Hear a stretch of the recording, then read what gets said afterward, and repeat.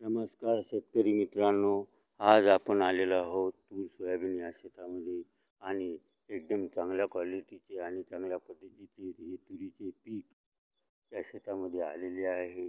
आणि ही तुरीची जात अंकुर चारू ही आहे। या तुरीला सोयाबीन आणि तूर यांच्याबरोबर 3 फवारण्या झालेल्या आहे आणि आता या तुरीला चौथ्यांदाची स्पेशल फवारणी केलेली आहे। एक साधे कीटकनाशक आणि एक साप नावाचं बुरशीनाशक आणि मायक्रोन्यूटन आणि 19-19 अशी ही साधी फवारणी काढलेली आहे। तूर हे 75 दिवसाची पीक झालेले आहे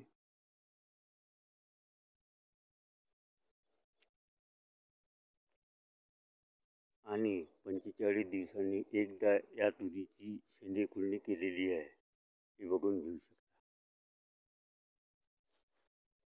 आणि छानदार अशी तूर आणि भरपूर फुटवा या तुरीमध्ये आलेला आहे, हे बघ।